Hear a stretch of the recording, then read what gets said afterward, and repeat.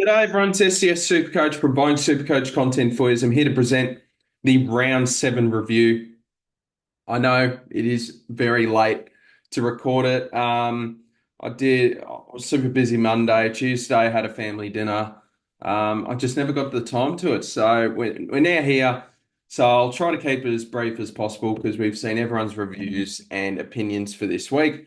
So we scored 2,496, which is a better round than what I had last week, which is ideal. Scored two, and our season rank now is 2,449. And yes, we are in the top 1%. And I was looking at my history of my previous ranks. This is the quickest I've ever gotten to the top 1% in a season. So, which is obviously a fantastic sign.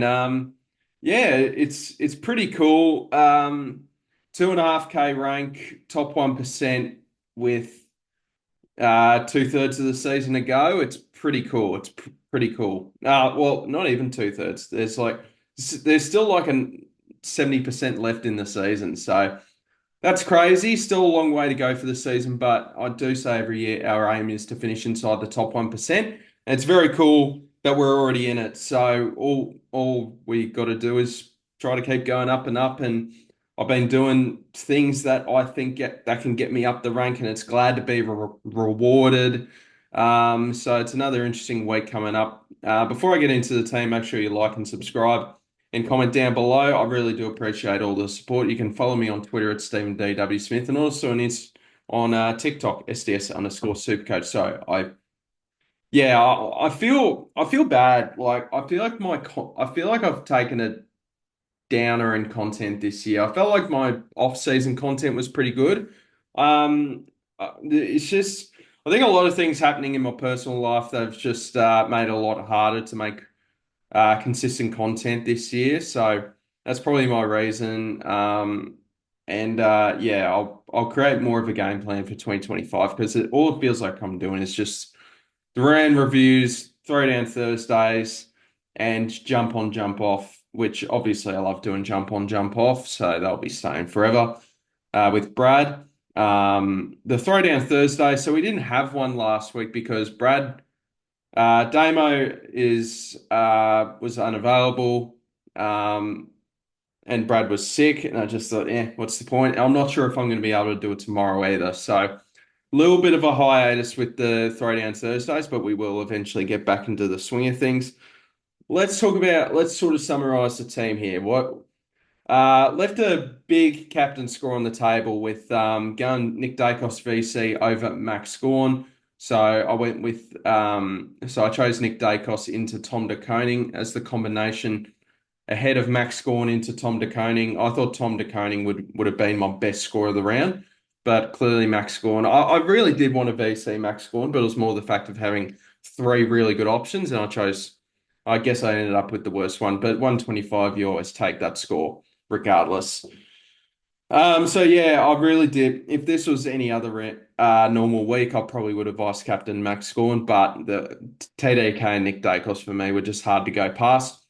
What were my trades last week? So my trades last week were Christian Moraes and Clay Hall to Flynn and Matt Carroll. So that did mean I held on to Luke Trainer, which is fine. If I had my time again, I would have done um, Trainer and Moraes or Clay Hall to Elijah Hewitt and Matt Flynn, but that's okay. I think I was sort of, if you asked me a couple of days ago to record this video, I think I would have been locked in on trading this week, Luke Trainer to Elijah Hewitt, but I've given it more of a thought. Is it really worth a trade? I do really like Elijah Hewitt, and very frustrating that I traded him out along with Sam Powell Pepperov. I think that's the one thing I've gotten wrong, just not reading the trading rookies very well. So that will probably hurt me for the long run. So that obviously means which was my goal at the end of the day anyway. We want to stay cheap with their upgrades and that sort of thing. So it is what it is. We've got to talk about Andy Brayshaw as well with the 157. That is just unbelievable. Easily been my best starting pick for the year. Probably for the one and only time I picked a guy identifying fixture and tag trends.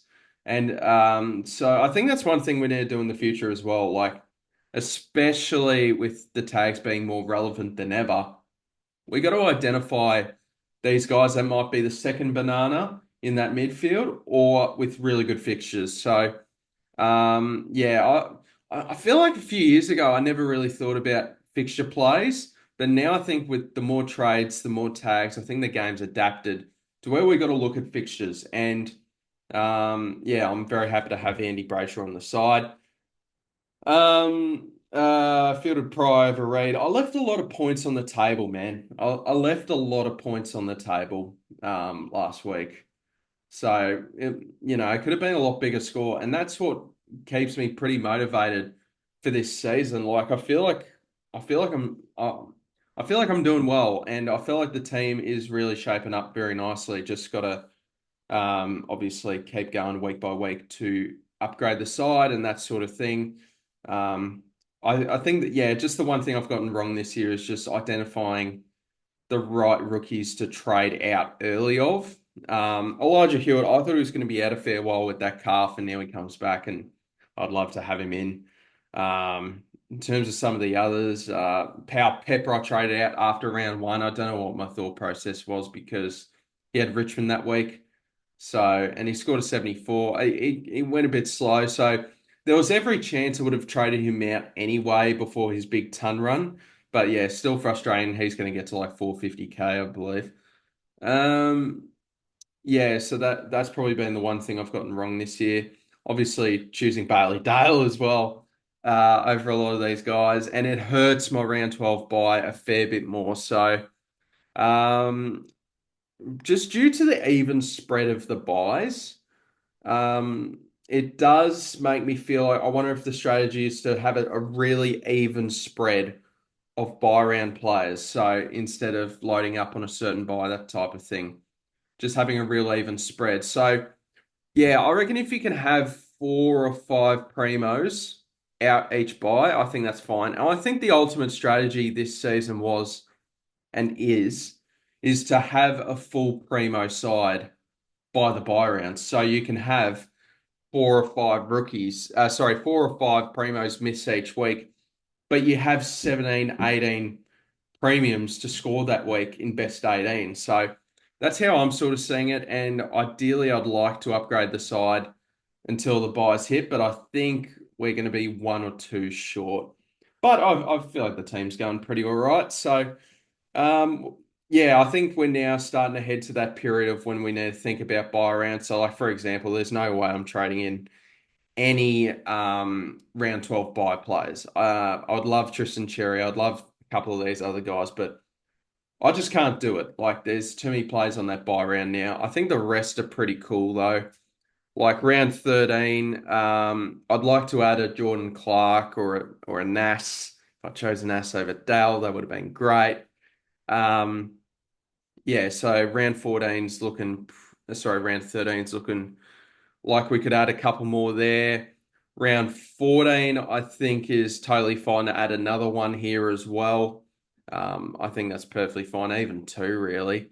Round 15 is a little bit of a struggle, actually. Like Petrarca, Rankin, Gorn, Oliver. There's a few here.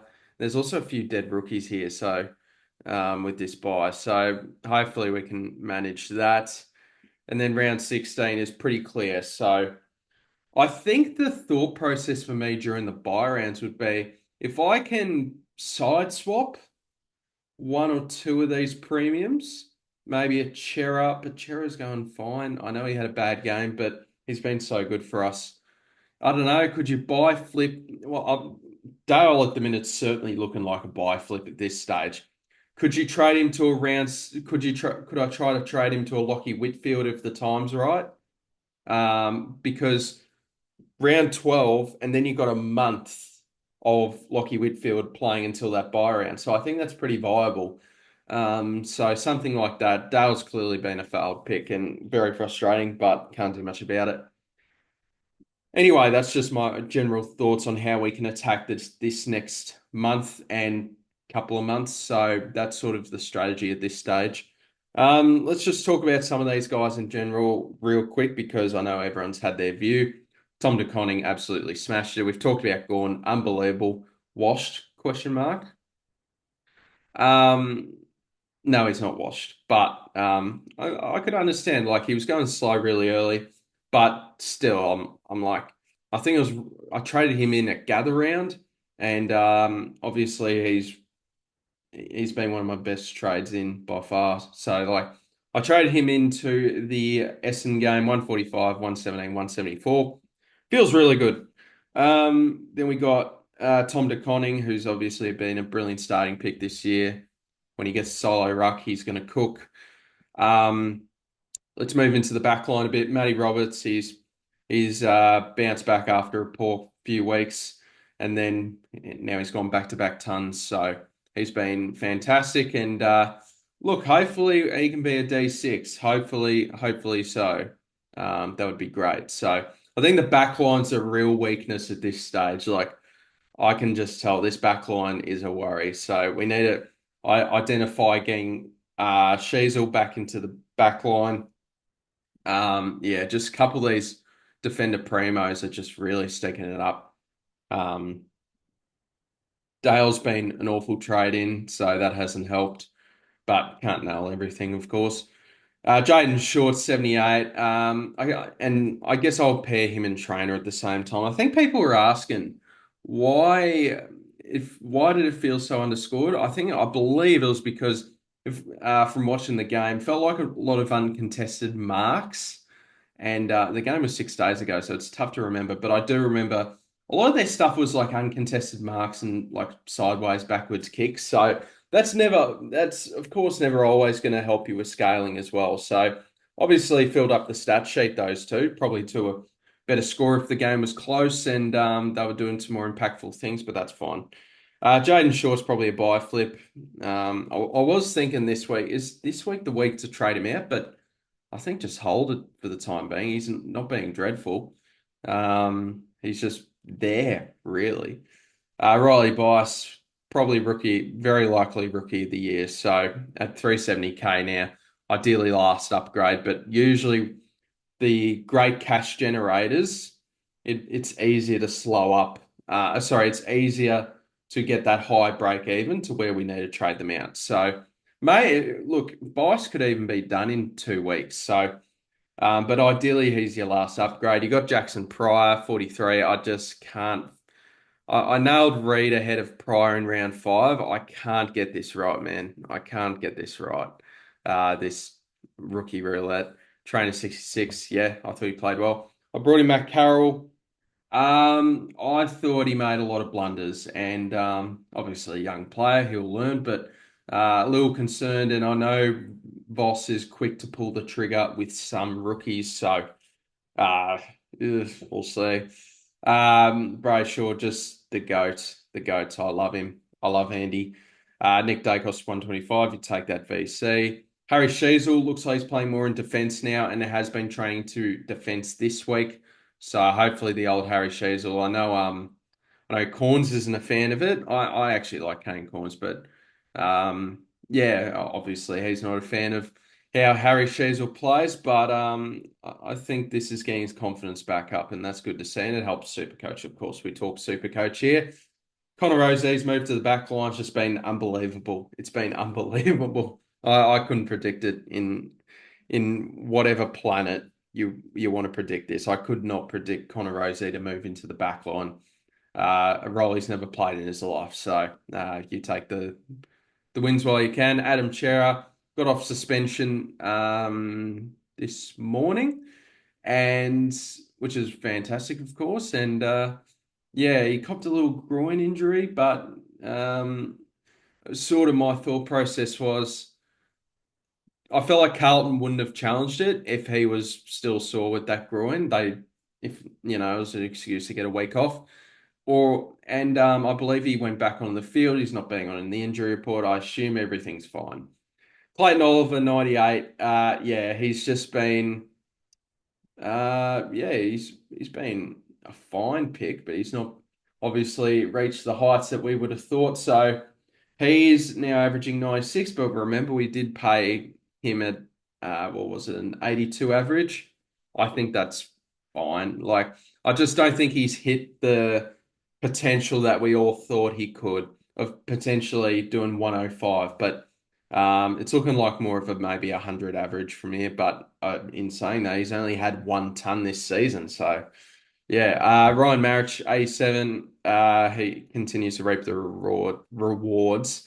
I just want to say with Bailey Humphrey, super unlucky with with trading into him in general and trading him out. Like that would really annoy me, and I actually feel bad because I if marriage didn't exist, I would have traded in Bailey Humphrey. I went with marriage because I thought his scoring was more sustainable due to the role. Um, so he's just been super consistent. But with Bailey Humphrey, like 260K for a guy getting 40% CBAs, you pay that. Like you get what I mean? So I don't think it's really the end of the world with it's obviously very frustrating. Like and obviously scoring a 151 wouldn't have helped. I think a lot of people traded him out this last week was the right decision. Just terrible yeah, very frustrating result there. So I decided to loop Lindsay and Ashcroft, and I took Lindsay 78 over Ashy. Big Max, what a goat. TDK, we love. Gross, I can't believe I used a boost on Tom Gross. Hopefully he can come back into the side relatively soon. Bo Allen's been a disaster, loophole starter, so I'm just going to use him as a mid defender loop at M11 really, and hopefully Gross. I think Gross can get back into the team. We hope. Harry Boyd, who knows when he's going to play? Uh, Probably not until Marshall's injured. If he started Archer Reed, fair play. He's been the better pick. Horn Francis has had a really strong few weeks, so very happy with his output after a disappointing start. 3 of the last 4 weeks he's delivered a ton, so very happy with Horny and yeah, lucky I held the faith. Very lucky. Rankin after a few down weeks, he really bounced back this week, so that was good to see. So 120 looked a lot better. Bailey Smith's been a great pick, so very happy how he's going. The forward line, as you can see, already looks complete. So I'd love to trade in like a Chad Warner or something, but just can't fit him in, can you? Christian Petrarca, 129. Finally, we get a ton out of my starting pick. This has been a mildly disappointing starting pick. Good to see him finally get a ton, and the CBAs are going up, so I'm having a lot more faith in Petrarca. So yeah, that's cool. Jack McRae, he is slowing up a fair bit. 77, 77, yeah, 270s in the past 3 weeks. Hasn't gone 105 or above since round three.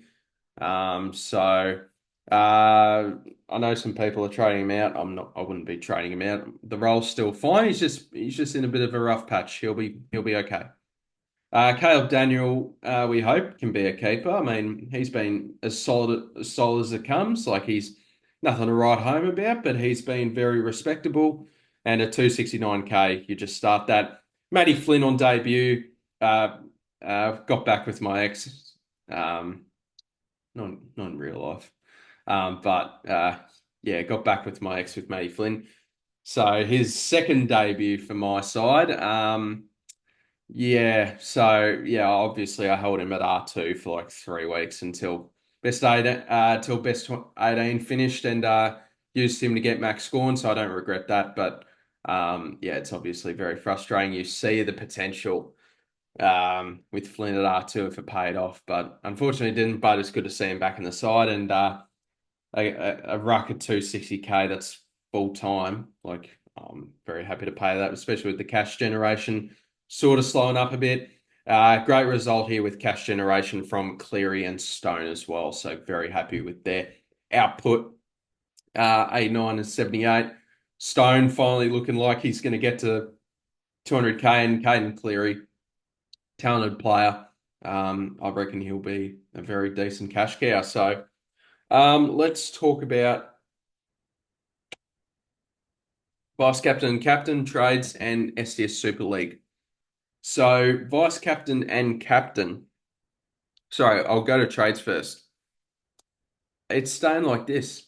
I'm not making a trade. I'm not making a trade this week.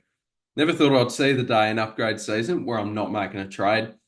No one on the bubble is interesting me in any way. I think some people might go early on Huswaite. I think Sid Draper is interesting next week, and also Jed Bustlinger. Now, there's every chance, could we be triple downgrading next week? You never know. So, you never know. So we've got Huswaite, we've got Bustlinger, we've got Sid Draper to have a look at next week, which is very exciting. To finally get a better crop of rookies for a round. I'll very likely being boosting next week.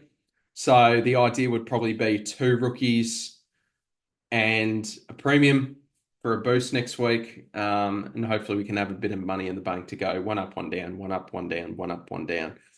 That type of thing. So we now attack the midfield and the back line. So yeah, so no trades for me this week. So as I was saying earlier, I was thinking of doing trainer to Hewitt, and I just think well, we're now seeing some of these cash generators for the following week where I don't think it's needed. Little bit of a wasted trade as well. Like trainer, whatever he does this week, whatever. We'll see as the two will fall out of his system, and we'll see what his break even is like the following week. So hopefully he can just put in a respectable 70 and regenerate that cash gen because he's certainly got the talent. So no trades for me this week. I know, very boring, bad for content. Don't care. Now let's talk about vice captain and captain. I think it has to be Gorn. I would have put the VC on him if it wasn't for for my loops not expiring before that game. So I know, Gross and Allen, but same game, it doesn't work. So, and Boyd plays on the Friday night. So we will captain Max Gorn and we'll VC Brayshaw. I think it's worth the risk. Like I'm very comfortable with having Max Gorn as captain, even if Brayshaw fails and he gets the Windhager tag. But that is fine with me. So yeah, we'll see how Brayshaw goes with the Windhager tag, potentially. And if he doesn't, he could go off the chain and go nuts again. We'll have to see. So, yeah, so we'll go Brayshaw and a Gorn. I don't even care if this fails. I'm just happy to have the C on Gorn for that. The easiest line to predict captain scores and just scores in general is the ruck line. So, I'm not too worried about Gorn, but I don't know about you guys. Leave in the comments down below if you agree. If there is a guy, like perfect example this week, Max Gorn. If there is a guy that is so, like it's such a good opposition where it's such a good matchup where I just go, it almost feels, I still get the nerves. I still get the nerves that it's just not going to be as good as what we think and it could end in disaster, but we're just going to roll with it and see how we go. So that is how the side, actually, no, this is not how the side will look. Just give me a sec. What can we do for loops? I actually don't think we can do anything because Melbourne and West Coast are playing each other. Maybe I'll chuck the E on Chera, and just loop just in case, but I don't know. What's really the point? Just leave the E on Lindsay. I would have liked to have fielded Lindsay this week over one of these rookies. I think we'll field Reed ahead of Pryor. I'm not a massive fan of Reed and Trainer on field. Yeah, I need to get Sheasel back in the back line, but without any trades and without any defender mid loops on the bench, in the back line, then we can't really do much. So I think this is how the side's going to look for this week. And yeah, I know I'm not upgrading or doing anything this week, but I think yeah, I always think it's nice as well to try to find that round to just go, you know what, let's reset for a week, no trades. Let's just sort of help ourselves for down the line with having more trades to work with. I don't know. I'm not. I would have upgraded if there was a good downgrade option on the bubble for this week, but there isn't. So I know some people will ask about Oscar McDonald. I think we'll still do jump on, jump off tomorrow. Throwdown Thursday is a bit in question, but I don't even know if he stays on the side through team sheets this week. Jackson might be back this week, and then Patrick Voss might come in the following week with suspension. So, no, I'm not touching that. I'm just going to hold trainer. The break even resets, and we'll see how we go. Let's talk leagues, guys. So, I won 11 out of 15 leagues. Very happy with that. That's my mate's league. Actually, I probably shouldn't show that on YouTube. That username coming up this week. SDS Super League. So 197. So I believe that's down from last week. So I could be wrong there. Nicholas, 2600. Great round, mate. And now he's inside the top 700. So shout out to Nicholas for that. Paul Minimum Chips continues to steal the show here. Jake, he's just a great super coach player. Won the SDS Super League last year. The day will come. The day will come that Will Day is back. I hope so, Stephen. That might actually be me, Hawthorn supporter and named Stephen. I don't know. Is that a burner account? You never know. Riley in there. So we have got 9 guys inside the top 10K in the SDS Super League. So that is cool. And then SDS Super League 2. Who's sitting up top here? Daniel, well done, mate. And he's, wow, ranked 247. Best of luck, Daniel. You're doing great. And the cash gen's looking amazing. We can get someone to win Super Coach in one of my leagues. That is just, I'll go full fanboy. I'm just your best mate. I'm just your best mate. I'm sorry to say it. You're my best mate.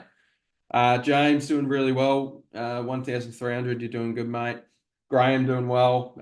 Good week for him. Whoa, I actually didn't even see that score. 2,635. That's unbelievable. So, Golden, keep cutting sick. Tristan, disappointing week, but that's all right. You'll bounce back. You're having a good season.